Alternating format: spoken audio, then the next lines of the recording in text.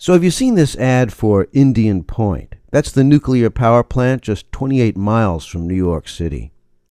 In the ad, Rudy Giuliani comes on, talking about how efficient and safe and clean Indian Point is. Reliable and lower-cost electricity that powers our region and the greatest city on Earth. But what Rudy doesn't say is that it sits on 2 active earthquake faults. It has about 1,500 tons of exposed volatile radioactive waste. And if an elephant weighs 4 tons, that's about 333 elephants worth of deadly vulnerable nuclear waste just sitting there. It's 40 years old, has a history of leaks and violations.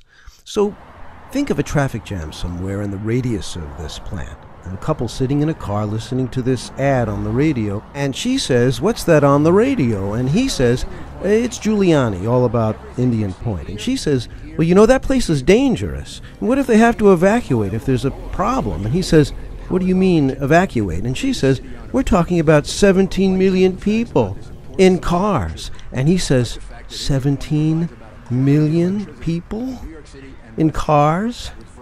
So these folks might then realize that they are closer to an unthinkable Indian Point disaster than they ever imagined.